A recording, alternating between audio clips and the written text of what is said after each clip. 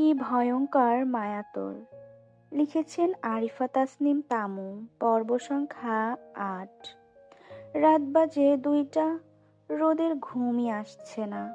এপাশ ওপাশ করতে করতে হঠাৎ কে মনে করে লাফিয়ে শোয়া থেকে উঠে বসে। তারপর বিছানা থেকে নেমে সোজা দরজার দিকে হাঁটা দিল। রুমের বাইরে এসে দেখে পুরো বাড়ি নীরব আর নিস্তব্ধ হয়ে আছে। হবেই বা না কেন, রাত তো কম হয়নি। সবাই গভীর ঘুমে তলিয়ে আছে। আর এ রাতে রোদের মাথায় আসলো দুষ্টু বুদ্ধি। সোজা হাঁটা দিল সাইফের রুমের দিকে। দরজার সামনে এসে দেখে দরজা ভেতর থেকে লাগানো। এতে করে রোদের মনটা খারাপ হয়ে যায়। আবার নিজের রুমের দিকে হাঁটা দিতে নিলে চোখ যায় রৌদ্রের দরজার দিকে। দরজা বেড়ানো আছে। রোদ এবার রৌদ্রের দরজার সামনে এসে হালকা খুলে উঁকি দিল। রৌদ্র ঘুমে তলিয়ে আছে। রোদ শব্দহীনভাবে ঘরে ঢুকে ভাইয়ের মাথার কাছে বসে কিছুক্ষণ ভাইয়ের ঘুমন্ত মুখের দিকে তাকিয়ে থাকে। ইস, তার ভাইটা কত কিউট! ঘুমালে আরো বেশি সুন্দর লাগে। রোদের তো মাঝে মধ্যে মনে হয় ওর থেকে ওর ভাই বেশি সুন্দর। তার এত সুন্দর ভাইটা এমন নিরামিষ কেন? রোদ আজও বুঝল না। এখনকার যুগে এমন নিরামিষ ছেলে আদৌ আছে? আছে তো, এই যে তার একমাত্র ভাই রাদীপ খান রৌদ্র, যার পিছে মেয়েরা লাইন ধরে দাঁড়িয়ে থাকে আর সে কিনা মেয়েদের থেকে ১০০ হাত দূরে থাকে। এটা মানা যায়? যে যুগে ছেলেরা একসাথে ২-৩টার সাথে প্রেম করে আবার সারাক্ষণ মেয়েদের পিছে ঘোরে, আর সেখানে রোদের ভাইকে দেখো, এসব নিয়ে কোনো চিন্তাই নেই। একটা ছেলে যদি ২-৩টা করে মেয়ে নিয়ে যায় তাহলে তার ভাইয়ের কি হবে? তার ভাই কি সারা জীবন সিঙ্গেলই থেকে যাবে? না, রোদ থাকতে এটা কখনোই হতে দিবে না। আর একে দেখো কেমন শান্তিতে ঘুমিয়ে আছে। তবে আজ আর রৌদ্রের এমন শান্তিময় ঘুম সহ্য হলো না। বেডসাইড টেবিলে গ্লাস ভর্তি পানি দেখে রোদের মাথায় দারুণ একটা বুদ্ধি আসলো। চুপিসারে গ্লাসটা হাতে নিয়ে গ্লাস থেকে কয়েক ফোঁটা পানি নিয়ে চোখের মধ্যে ঢুকিয়ে দিল। তারপর গ্লাসটা আগের মতো সুন্দর করে রেখে দিল। নিচে বসে কান্না করতে লাগলো শব্দ করে। এইদিকে ঘুমের মধ্যে বোনের কান্নার আওয়াজ পেয়ে রৌদ্রের বুক মোচড় দিয়ে উঠল। কিসের আর ঘুম! ধরপড়িয়ে উঠে বসলো রৌদ্র। পাশ ফিরে দেখে রোদ মাটিতে বসে কান্না করছে। হিঁচকি উঠে গেছে। এই দৃশ্য দেখেই রৌদ্রের বুকে বাঁ পাশে ব্যথা করতে লাগলো। তার আদরের বোনের কি হয়েছে? আর এইদিকে ভাইকে উঠতে দেখে শয়তানি হাসি দিয়ে রোদ মনে মনে বলল, আমি জানতাম আমার কান্নার আওয়াজে তুমি ঠিকই উঠবে। এছাড়া আমার কাছে আর কোনো উপায় নেই। তাড়াতাড়ি প্ল্যান সাকসেস করতে হবে। উফ, নিজে নিজে হেসকি তুলতে কি কষ্ট বাবা গো বাবা। রৌদ্র দ্রুত বিছানা থেকে নেমে বোনের সামনে বসে বোনের মুখটা দুহাতের তালুতে তুলে অস্থির কণ্ঠে জিজ্ঞেস করলো, কি হয়েছে বনু? কান্না করছিস কেন? ব্যথা পেয়েছিস? বল ভাইয়াকে। কেউ কিছু বলেছে? প্রতিবারই রোদ মাথা নাড়িয়ে না বোঝালো, এগুলোর কিছুই না। রৌদ্র এবার আগের থেকেও বেশি অস্থির হয়ে উঠল। তাহলে এত রাতে এভাবে কান্না করছিস কেন? খারাপ স্বপ্ন দেখেছিস? এবার রোদ ওপর নিচ মাথা নাড়ালো। মানে সে খারাপ স্বপ্ন দেখেছে। কি দেখেছিস বল ভাইকে। আমি দেখেছি। হ্যাঁ বল, কি দেখেছিস? আমি স্বপ্নে দেখেছি একটা ছেলে ৩-৪টা করে মেয়ে বিয়ে করে নিয়ে যাচ্ছে। মানুষজন বলা বলি করছে যে দেরিতে করবে সে নাকি মেয়ে পাবে না। এইটুকু বলে রোদ থামে, কানা চোখে ভাইয়ের দিকে তাকায়। এইদিকে বোনের আজগুবি স্বপ্নের কথা শুনে রৌদ্র হাসবে না কাঁদবে বুঝতে পারছে না। হাসলে পাপ না হলেও এখন হবে, কারণ তার বোন কান্না করছে। এখন সে হাসলে একটা যুদ্ধ হয়ে যাবে। রৌদ্র অনেক কষ্টে হাসি আটকে বলল, পাগলি, এর জন্য কান্না করা লাগে? এসব ফালতু স্বপ্ন। আর এখানে তো মেয়েরা ৩-৪টা করে ছেলে নিচ্ছে না যে তোর ভাগে ছেলে পড়বে না, দেরি হলে। এজন্য তুই কান্না করছিস? তুই বরং নিশ্চিন্তে থাক, তোর জন্য ছেলে রেডি আছে। তুই শুধু হ্যাঁ বলবি, সে সঙ্গে সঙ্গে এসে তোকে নিয়ে যাবে। নো টেনশন, ওকে? রোদ কান্না থামিয়ে বিরক্ত হয়ে বলল, উফ, আমি আমার জন্য চিন্তা করছি না, তোমার জন্য চিন্তা হচ্ছে। সব মেয়ে নিয়ে গেলে তোমার কি হবে? তুমি মেয়ে না পেলে আমি ভাবি পাবো না। তাড়াতাড়ি ভাবি আনো। রৌদ্র এবার বোনের চালাকি ধরতে পারলো, বোনকে বোঝানোর জন্য বলল, আচ্ছা নিয়ে আসবো পরে, এখন তো ভাইয়ার অনেক কাজ, এখনো এসব নিয়ে ভাবিনি। তুই এক সপ তুমি 1 সপ্তাহের মধ্যে ভাবি আনবে, না হলে আমার সাথে একদম কথা বলবে না। এই বলে রোদ চলে গেল। রৌদ্র পেছন থেকে অনেকবার ডাকলো, শুনলো না। রৌদ্র কিছুক্ষণ ঘরময় পায়চারি করলো, তারপর কল লাগালো আদ্রের নাম্বারে। আদ্র মাত্রই সব কাজ শেষ করে ঘুমাতে যাচ্ছিল, কিন্তু হঠাৎ এত রাতে রৌদ্রের কল পেয়ে বুক মোচড় দিয়ে উঠল। তার বারবি ডলের কিছু হয়নি তো আবার? আদ্র দ্রুত আদ্র দ্রুত কল রিসিভ করে কিছু বলবে তার আগেই রৌদ্র বলে উঠে, দোস্ত, ভাবি কোন গাছে ধরে বল না প্লিজ, না হলে কোন পেজে পাওয়া যায়, একটা ভাবি অর্ডার করে দে না। তোর বউটা ভাবি ভাবি বলে আমার মাথা খেয়ে ফেলছে। হয় একটা ভাবি অর্ডার দে, না হলে এইটা নিয়ে যা। কেন, আমার বউ আবার কি করছে? সময় হলে নিয়ে আসবো, তোর বলা লাগবে না। রৌদ্র এবার সব খুলে বলল। এইদিকে সব শুনে হাসতে হাসতে শেষ। আদ্র, তুই হাসছিস আদ্র? কই না তো। তুই চিন্তা করিস না, আমার বউকে গিয়ে বল নিশ্চিন্তে থাকতে, আমি ওর জন্য ভাবি খুঁজে আনবো খুব তাড়াতাড়ি। মানে মানে খুব ইজি, তোর জন্য মেয়ে দেখবো, তুই বিয়ে করবি আর আমার বউ ভাবি পাবে। এই না, আমি এখন বিয়ে করব না প্লিজ। এত কথা জানি না, আমার বউয়ের আবদার আমি অপূর্ণ রাখতে পারবো না। তুই বিয়ের জন্য রেডি থাক। এ বলে আদ্র কল কেটে দিল। আর এইদিকে ভোঁতা মুখে ফোনের দিকে চেয়ে আছে রুদ্র। ঘুম থেকে উঠে তাড়াহুড়ো করে আদ্র রেডি হয়ে কলেজে এসেছে শুধুমাত্র তার বারবি ডলকে দেখার জন্য, অথচ তার বারবি ডলের আসার খবরই নাই। এদিকে ক্লাসের সময় হয়ে যাচ্ছে। আদ্র আর না পেরে রৌদ্র নাম্বারে কল লাগালো। প্রথম কলটা বাজতে বাজতে কাটা যায়। আদ্র আবারও কল লাগালো। এইদিকে ফোন হাতে ফোনের দিকে তাকিয়ে আছে রৌদ্র। বেচারা ভুলেই গেছে আজকে যে ফাহিদ আর ওর পরিবার এই বাড়িতে আসবে। এখন আদ্রকে কি জবাব দিবে ভেবেই পাচ্ছে না। এইদিকে একের পর এক আদ্র কল দিয়েই যাচ্ছে। এবার রৌদ্র রিসিভ করলো। আমার বউ কই, এখনো আসছে না কেন? আদ্রের কথায় রৌদ্র আমতা আমতা করতে করতে বলল, ইয়ে আদ্র, বনু তো আজকে কলেজে যাবে না। কলেজে আসবে না মানে? কিন্তু কেন, কি হয়েছে আমার বারবি ডলের? বনুর কিছু হয়নি, আজকে ফাহিদরা আসবে এজন্য। ফাহিদ নামটা শুনতেই আদ্রের চল শক্ত হয়ে এলো, হাত মুষ্টিবদ্ধ করে ফেললো, শক্ত কণ্ঠে বলল, ওই ছেলে আসবে এজন্য তুই আমার বারবি ডলকে বাড়িতে রেখেছিস? তুই ভুল বুঝছিস আদ্র, আমি ঠিক ভুল জানি না, আমি এখনই আসছি তোদের বাড়িতে। এই বলে আদ্র কল কেটে দেয়। আর এইদিকে রৌদ্র ভয় শেষ। আদ্রের যে পরিমাণ রাগ কি থেকে কি করে ফেলে। রাইসা বেগমরা দুই যা মিলে রান্না করছে, এর মধ্যে রৌদ্র এসে জানায় আদ্র আসছে। রাইসা বেগম তো এবার খুশিতে বাকি রান্না রেখে আদ্রের জন্য বিভিন্ন নাস্তা বানাতে শুরু করলো। সায়ান খানও আজকে বাড়িতেই আছে। আদ্র আসবে শুনে একটু অস্বস্তি বোধ হচ্ছে, কারণ আদ্রের সাথে ওনারা যা করেছে। মনে মনে আবার খুশিও, ছোটবেলা থেকে আদ্রকে ওনার অনেক পছন্দ।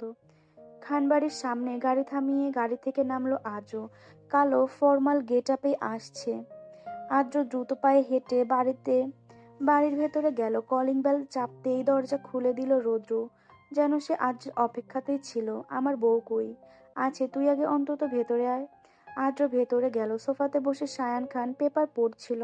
আদ্র ওনার সামনে গিয়ে বলল, কেমন আছেন আঙ্কেল? সায়ান খান কারো কণ্ঠ পেয়ে পেপার থেকে চোখ তুলে তাকাতেই উনি অবাক। রৌদ্রের দিকে চেয়ে জিজ্ঞাসা করলো, এটা কি আমার আদ্র? রৌদ্র রৌদ্র মাথা নাড়াতেই সায়ান খান উঠে আদ্রকে জড়িয়ে ধরে বলল, আলহামদুলিল্লাহ ভালো, তুমি কেমন আছো? আদ্রও হেসে বলল, আমিও আলহামদুলিল্লাহ ভালো আছি। মাশাল্লাহ, আমার আদ্র তো একেবারে দেখতে নায়কের মতো হয়েছে রৌদ্র। সায়ান খানের কথায় আদ্র হাসলো, আর রৌদ্র ভাব নিয়ে বলল, দেখতে হবে না কার বোনের জামাই? রৌদ্র কথায় সায়ান খান দ্বিগুণ ভাব নিয়ে বলল, বোন পরে, আগে বল দেখতে হবে না কার মেয়ের জামাই? সায়ান খানের কথায় আদ্র কিছুটা লজ্জা পেল। তিনজন সোফায় বসলো। মামুনি কোথায়?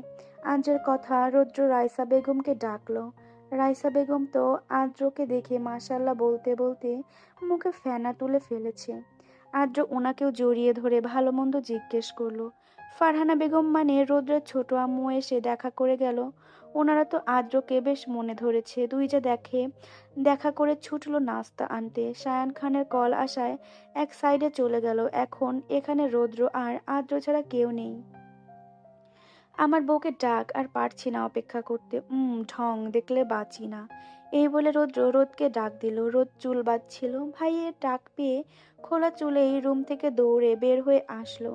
সিঁড়ি বেয়ে নামতে গিয়ে আদ্রকে দেখে, আর এই দিকে আদ্র আগে থেকে তাকিয়েছিল, তবে আজ তার দৃষ্টি রোদের চুলের দিকে। একবারে হাঁটুর নিচে চুল, লম্বা সিল্ক, ঘন কালো চুল। খোলা চুলে রোদকে মারাত্মক লাগছে। তার ওপর আদ্র ভাবেওনি তার বারবি ডলের এত লম্বা চুল হবে। সে আসার সময় ছোট ছোট হেয়ার ক্লিপ সহ অনেক কিছু নিয়ে এসেছে। আদ্র হঠাৎই রৌদ্রের গায়ের ওপর ঢলে পড়ে। রৌদ্র ভয় পেয়ে গেল। সায়ান খানও মাত্র এসে সোফায় বসলো। এদিকে রাইসা বেগমরাও নাস্তা নিয়ে এসে দাঁড়ালেন। রৌদ্র আদ্র রৌদ্র আদ্রকে আগলে নিয়েছে। রাইসা বেগমরা আর সায়ান খান সবাই রৌদ্রকে ঘিরে ধরে জিজ্ঞাসা করছে আদ্রের কি হয়েছে হঠাৎ। এইদিকে রোদও চিন্তিত মুখে চেয়ে আছে। রৌদ্রের বাবা ডাক্তারকে কল দেয়। রৌদ্র বাবা ডাক্তারকে কল দিয়ে আদ্রের কি হয়েছে হঠাৎ। রাইসা বেগমের কথায় সায়ান খান বলল, ডাক্তার পরে, আগে পানি দাও। আদ্র অজ্ঞান হয়ে গেছে। রৌদ্র নিজেও দেখছে আদ্র সেন্সলেস হয়ে গেছে, কিন্তু হঠাৎ এমন সেন্সলেস হয়ে কেন গেল রৌদ্র বুঝতে পারছে না। রৌদ্র আদ্রের মুখে পানি ছিটিয়ে ডাকছে বারবার। বেশ কিছুক্ষণ পর আস্তে আস্তে আদ্র চোখ খুলে তাকালো, দেখলো সবাই তাকে ঘিরে দাঁড়িয়ে আছে। সবার মধ্যে তার বারবি ডলকেও দাঁড়িয়ে থাকতে দেখে আদ্রের চোখ আবার রোদের চুলের দিকে যায়। সঙ্গে সঙ্গে বুকে হাত দিয়ে বড় বড় করে শ্বাস নিতে লাগলো। কি হয়েছে বাবা, তোমার হঠাৎ জ্ঞান হারালে কেন? শরীর খারাপ নাকি? সকালে কিছু খাওনি নাকি? সবাই একে একে এটা ওটা আদ্রকে প্রশ্ন করছে। শুধু রৌদ্র ভ্রু কুঁচকে আদ্রের হাব ভাব বোঝার চেষ্টা করছে। সে জহুরি নজরে আদ্রকে দেখছে, আর রোদ একপাশে দাঁড়িয়ে আছে। এইদিকে সকলে এত এত প্রশ্নের উত্তর কি দেবে আদ্র? সে কি বলে দেবে আপনাদের মেয়ের এত বড় কেস দেখে আমি অজ্ঞান হয়ে গেছি? না, এটা বলা যাবে না, বললে সবাই হেসে মজা নেবে। আদ্র কিছু একটা ভেবে বলল, আসলে কালকে রাতে কাজের চাপে খাবার খাওয়া হয়নি, সকালে না খেয়ে বের হয়ে গেছি, খালি পেটে, যে এই কারণে মাথা ঘুরে উঠল। রাইসা বেগম আর সায়ান খান আদ্রকে কিছুক্ষণ বুঝিয়েছে ঠিকমতো খাওয়ার জন্য।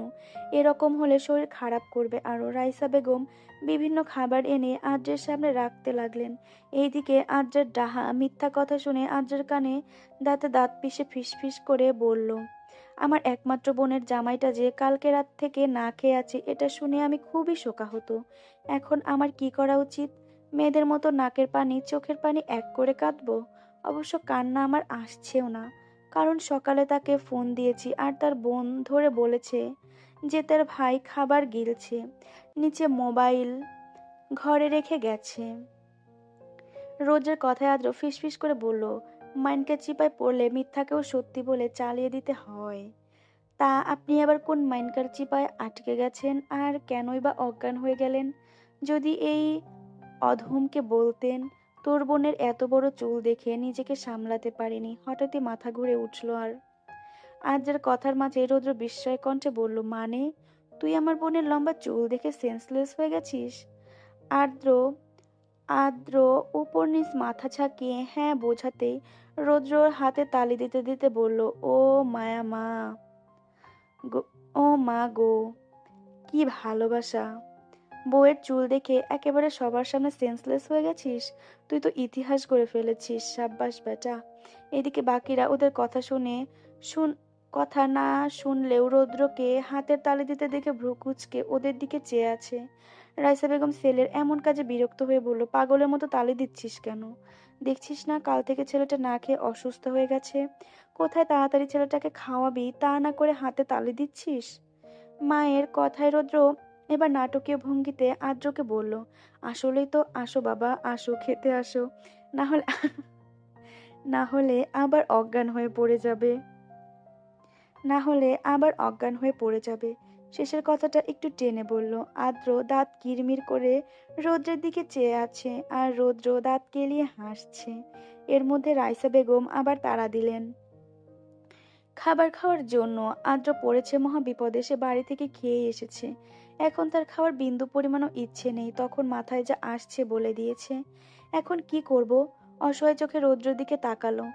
তা দেখে রৌদ্র চোখ মেরে ঠোঁট টিপে হাসলো। সে জানে দুনিয়া একদিক এদিক ওদিক হয়ে গেলেও আজ তার মা আদ্রকে না খাইয়ে ছাড়বে না। এটা তিনি ছোটবেলা থেকেই করে আসে আদ্রের সঙ্গে। আদ্রেরও তা জানা আছে। রাইসা বেগম ছোটবেলায় আদ্র যখন এই বাড়িতে আসতো তখন থেকেই এমন করে, আর এখন তো মেয়ের জামাই হবে, আবার কতগুলা বছর পর এসেছে, এখন তো আরো ছাড়বে না। সত্যি রাইসা বেগম আদ্রকে ছাড়েনি, অনেকবার মানা করেও আটকাতে পারেনি। বেচারা বারবার রৌদ্রের দিকে তাকাচ্ছিল, আর রৌদ্র সে তো বসে বসে মজা নিচ্ছে। রোদও দাঁড়িয়ে দাঁড়িয়ে আদ্রের অবস্থা দেখে ঠোঁট টিপে হাসছিল। শেষে শায়ান খান বলল, হয়েছে রাইসা, এবার ছেলেটাকে ছাড়ো, বেচারা আর পারছে না। স্বামীর কথায় রাইসা বেগম আদ্রকে ছাড়ে। আদ্র বড় একটা নিঃশ্বাস ফেলল। বর্তমানে রৌদ্র রুমে। রৌদ্র বসে আছে। রৌদ্র আদ্রর পাশে বসে কিছুক্ষণ পর পর খোঁচাচ্ছে আদ্রকে। আদ্র বিরক্ত মুখে চেয়ে আছে। রৌদ্র কিছুক্ষণ পর পর হাসছে। যা, তোর বোনকে বল রেডি হয়ে আসতে। আদ্রের কথায় রৌদ্র ভ্রুকুচকে বলল, কেন? আমার বউ নিয়ে আমি ঘুরতে যাব, ওই ছেলের সামনে কিছুতেই যেতে দেব না। কথাটা আদ্রের কিছুটা রাগ প্রকাশ করে বলল। রৌদ্র বুঝলো আদ্র অনেক রেগে আছে, আবার না কিছু করে বসে। কিন্তু বনু কি তোর সাথে যেতে রাজি হবে? এত কথা জানি না, তুই রাজি করাবি। শালা, আর আমার হয়েছে যত জ্বালা। সম্বন্ধী নট শালা। আজের কথায় রৌদ্র মুখ বেঁকিয়ে রোদকে রেডি হতে বলতে গেল। রোদ গুনগুন করে গান গাইছে আর রেডি হচ্ছে। রৌদ্র বলেছে ঘুরতে যাবে, এজন্য তার মন কেন জানি না বাড়িতে থাকতে ইচ্ছা করছে না। সকাল থেকে অনেক উসখুস করছে কলেজে যাওয়ার জন্য, কিন্তু কেউ যেতে দেয়নি। তার কেন জানি ফাহিদের সামনে যেতে ইচ্ছে করছে না। আগের মতো ফাহিদের প্রতি ভালো লাগা কাজ করে না। কেন এমন হচ্ছে রোদ বুঝতে পারছে না। এসব ভাবতে ভাবতে রোদ রেডি হয়ে নিল। হোয়াইট কালারের একটা গাউন পরেছে, মাথায় কালো খয়েরি রঙের হিজাব, ঠোঁটে খয়েরি রঙের হালকা লিপস্টিক, চোখে কাজল আর আইলাইনার, ব্যাস এতেই রোদকে নজর কাড়া সুন্দর লাগছে। আজকাল মাস্ক ইউজ করে না, আগে ভাইয়ের জন্য করতো, এখন রৌদ্র বলেছে মন চাইলে মাস্ক ইউজ করতে আর না চাইলে করতে না, তাই রোদ এখন মাস্ক ইউজ করে না। নিচ থেকে ভাইয়ের ডাক শুনে রোদ তড়িঘড়ি করে বের হলো। আদ্র আর রৌদ্র সোফায় বসে রোদের জন্য অপেক্ষা করছে। আদ্র মোবাইলে কি জানি দেখছে, আর রৌদ্র পেছন ফিরে যেই না বোনকে আবার ডাকতে যাবে, দেখলো বোন তার সাদা পরি সেজে নামছে। রৌদ্র মাশাল্লাহ বলে কি মনে করে তড়িঘড়ি করে আদ্রের দিকে চাইলো, দেখলো আদ্র এখনো মোবাইলের দিকে চেয়ে আছে। রৌদ্র এক হাতের সামনে টি টেবিল থেকে পানির গ্লাস তুলে নিয়ে আরেক হাতে আদ্রের হাত থেকে ছো মেরে মোবাইল নিয়ে পাশে রেখে দিল। গ্লাস থেকে পানি নিয়ে আদ্রের মুখের পানি ছিটা দিতে শুরু করে। এইদিকে আদ্র রৌদ্রের এসব দেখে পানির গ্লাসটা টেনে নিয়ে বিরক্ত হয়ে বলল, পাগল হয়েছিস? এমন করছিস কেন? তোর আবার অজ্ঞান হওয়ার সময় এসেছে। তোর ওপর বিশ্বাস নাই ভাই, এবার অজ্ঞান হলে মান সম্মান কিছুই থাকবে না। তুই বেটা বড়সড় ইতিহাস করে ফেলতে পারিস, তাই অজ্ঞান হওয়ার আগেই পানির ছিটা দিচ্ছি যেন অজ্ঞান না হতে পারিস। রৌদ্রের কথার আগামাথা কিছুই বোঝেনি আদ্র। প্রকুচকে বলল, মানে পেছনে তাকা, বোনের জামাই দুলা ভাই। আদ্র পিছে তাকাতেই থমকে যায়। একটা সাদা পরি গাউন দুহাতে ধরে হালকা উঁচু করে ধীর পায়ে সিঁড়ি বেয়ে নেমে আসছে। আদ্র অপলক চেয়ে আছে, চোখের পাতাও নড়ছে না। আদ্রের মনে হচ্ছে শ্বাস নিতে কষ্ট হচ্ছে, বুকে তখনকার মতো পিনপিনে ব্যথা করছে। আদ্র ঘোর লাগা কণ্ঠে বিড়বিড় করে বলল, হোয়াইট পরি। পাশে বসা রুদ্র এতক্ষণ ধরে আদ্রের মতিগতি পর্যবেক্ষণ করছে। আদ্রের হাত থেকে গ্লাস নিয়ে আবারও তৈরি হয়েছে তৈরি হয়ে আছে আদ্রের অজ্ঞান হওয়ার অপেক্ষায়। কিন্তু আদ্রকে এখনো জ্ঞান হারাতে না দেখে আবার বিড়বিড় করে দেখতে বলল, কি রে, কি বিড়বিড় করছিস? আমাকে ধর, বউয়ের বড় ভাই সম্বন্ধী। ধরাধরি পরে, আগে অজ্ঞান হ না সোনা। এই দেখ, গ্লাস হাতে নিয়ে থাকতে থাকতে হাত ব্যথা হয়ে গেছে। ওদের এসব উদগ্র বাসনা মধ্যে রোদ এসে হাজির হলো। ওরা দুজনে কথা বন্ধ করে দিয়ে রোদের দিকে চাইলো। রোদ আদ্রের সামনে একটু অস্বস্তি বোধ করছে। রোদের অস্বস্তি হচ্ছে বুঝতে পেরে আদ্র মনে মনে হাসে একটু। যে মেয়ে ছোটবেলায় তার পিছুই ছাড়তো না, স্কুলে যাওয়ার সময় তাকে চোরের মতো লুকিয়ে যেতে হতো, আজ সে মেয়ে কিনা তার সামনে আসতে অস্বস্তি বোধ করছে। আদ্রের আজও মনে আছে সেদিনের কথা। অতীত। আহি বাড়িতে আসার 2-3 দিন পরেই তার আদ্রের সাথে বেশ ভালো সম্পর্ক গড়ে ওঠে। অবশ্য এটার কারণও আছে, আহি তখন ছোট ছিল, তেমন কিছু বুঝতো না। ছোট বাচ্চাদের মতো চকলেট, চিপস এগুলা যে এনে দিত, কোলে নেবে, আদর করবে, তার জন্যই পাগল থাকবে। বাড়ির সবার থেকে একটু বেশি আদ্র আহির যত্ন নিত, আদর করত, চিপস চকলেট এনে দিত, খেয়াল রাখতো। আর ছোট আহিও তার জন্য পাগল হয়ে যায়। আদ্র ছাড়া এক সেকেন্ডও চলতো না। আহির জন্য আদ্র খেলতেও যেত না, তার পিছু ছুটতো। আদ্র চোরের মতো লুকিয়ে বাইরে যেত। দিনটি ছিল সোমবার। আদ্রের পরীক্ষা চলছে। আদ্র দ্রুত রেডি হয়ে কোনো মতো নাস্তা করে সবার থেকে বিদায় নিয়ে যেই না বাড়ি থেকে বের হবে, পেছন দিকে কেউ তার শার্ট টেনে ধরে। আদ্রের ঘাম ছুটে যায়। সে জানে শার্ট ধরা ব্যক্তিটাকে। মনে মনে বলে, যেখানে বাঘের ভয় সেখানেই সন্ধ্যা হয়। সকাল সকাল উঠেছে। আহি ঘুমে থাকতে থাকতে সে চলে যাবে, এসে না হয় রাগ ভাঙাবে, কিন্তু এখন কি হবে? আমাকে লেখে কোথায় যাও তুমি? আহির কথায় আদ্র পেছন ফিরে মুখে হাসি টেনে আহির সামনে হাঁটু গেড়ে বসে গালে চুমু দিয়ে আদুরি কণ্ঠে বলল, পরীক্ষা দিতে যাচ্ছি পাখি, আমিও তাবো তোমার সাথে। না পাখি, আমার আসতে দেরি হবে, তুমি কান্না করবে। তুমি বাড়িতে থাকো, আসার সময় তোমার জন্য অনেকগুলো চকলেট চিপস নিয়ে আসবো। আহি মানে না, সে যাবেই যাবে। এরকম করতে করতে আর্দের পরীক্ষার সময় হয়ে যায়, কিন্তু আহিকেই মানাতে পারে না। আদ্রকে জড়িয়ে ধরে জোরে জোরে চিৎকার করে কাঁদছে। তার কান্না দেখে আদ্র রেখে যেতে পারছে না, আবার নিয়েও যেতে পারছে না। বাড়ির কেউই তাকে আদ্র থেকে ছাড়াতে পারে না। শেষমেশ সবাই মিলে টেনে আলাদা করে। আদ্র বাড়ির আদ্র বাড়ির গেট পেরিয়ে গেলেও আহির কান্নার আওয়াজ তার কানে আসে। সেদিন কোনো মতে পরীক্ষা দিয়ে আদ্র বাড়ি ছুটে আসে দ্রুত। এসে দেখে তার পাখি তার জন্য কান্না করতে করতে চোখ মুখ লাল, গাল ফুলিয়ে বসে আছে। এমনকি সকাল থেকে না খেয়ে আছে। পরে আদ্র এটা ওটা বলে খাওয়ায়, তারপর বাইরে থেকে ঘুরিয়ে আনে, তবেই তার পাখি মুখে হাসি ফোটে। সবার থেকে বিদায় নিয়ে আদ্র, রোদ আর রৌদ্র বাড়ি থেকে বের হয়ে গাড়িতে ওঠে। ড্রাইভিং সিটে আদ্র বসে, পাশে রৌদ্র, পেছনে রোদ। গাড়ি চলছে, সবাই নিশ্চুপ। রৌদ্র ফোনে খুব মনোযোগ সহকারে কিছু দেখছে। হঠাৎ কেউ তার পায়ে খোঁচা মারলো। রৌদ্র ভুরু কুঁচকে সেদিকে তাকাতে দেখে আদ্র তাকে পা দিয়ে খোঁচাচ্ছে। রৌদ্র আদ্রের দিকে চাইতেই আদ্র তাকে চোখ দিয়ে কিছু একটা ইশারায় বলে। রৌদ্র পেছন ফিরে রোদের দিকে চায়। রোদ আপন মনে বাইরের দিকে তাকিয়ে আছে। রৌদ্রের মাথায় এবার দুষ্টু বুদ্ধি আসে। সে আদ্রের ইশারা বুঝেছে, কিন্তু না বোঝার ভান ধরে আদ্রের মতো সেম ভাবে ইশারা করলো। আদ্র তাকে আবারও ইশারা করলো। রৌদ্র আবার তাকে সেম কপি করে ইশারা করলো। রৌদ্র মনে মনে ভেঙচি কেটে বলল, যাবো না, আমি ইশারা করতে করতে মরে যা শালা। তবুও আমি যাব না। কত বড় স্বার্থপর, আমাকে তাড়িয়ে দিচ্ছে এখন। কাজ শেষ, যা ভাগ। এভাবেই ছুঁড়ে ফেলতে চাইছে শালা বোনের জামাই দুলাভাই। আবারও আদ্রের দিকে তাকিয়ে ইশারা করে। আদ্র বেশ ভালো করে বুঝলো শয়তানটা মজা নিচ্ছে। সেও মনে মনে বলল, আরে যা না, বউয়ের বড় ভাই সম্বন্ধী, বউটাকে নিয়ে একটু একা সময় কাটাই। আদ্র এবার ইশারায় অনুরোধ করলো যাওয়ার জন্য। রুদ্র মেনে নিল। ফোন বের করে কানে নিয়ে জোরে জোরে মিছামিছি বলতে শুরু করলো, কি হয়েছে? অফিসে ইম্পর্টেন্ট কাজ পড়েছে, আমাকে এখনই যেতে হবে। ও আচ্ছা, রাখো, আমি এখনই আসছি। এই বলে কান থেকে ফোন নামিয়ে আদ্রর দিকে চেয়ে বলল, গাড়ি থামা, জরুরি কাজ পড়েছে, আমাকে যেতে হবে। আদ্র সঙ্গে সঙ্গে গাড়ি থামিয়ে দেয়। রোদ্রের অভিনয়ে সে হাসে। রোদ্র বোনের দিকে চাইলো। রোদ ওর দিকে চেয়ে আছে চিন্তিত মুখে। ইয়ে বনু, তুই আদ্রের সাথে ঘুরে আয়। ভাইয়ার জরুরি কাজ পড়েছে, এখনই অফিসে যেতে হবে। প্লিজ রাগ করিস না, আমি এখন ঘুরতে যেতে পারবো না, তাহলে অন্যদিন যাব। আমাকে বাড়িতে দিয়ে আসো, আমিও যাব না।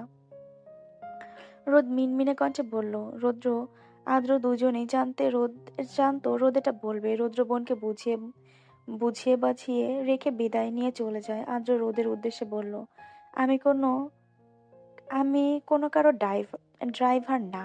সো সামনে এসে বসো। ইয়ে মানে ডানে পড়ে, সামনে এসে বসতে বলছি। গম্ভীর কণ্ঠে বলল আদ্র।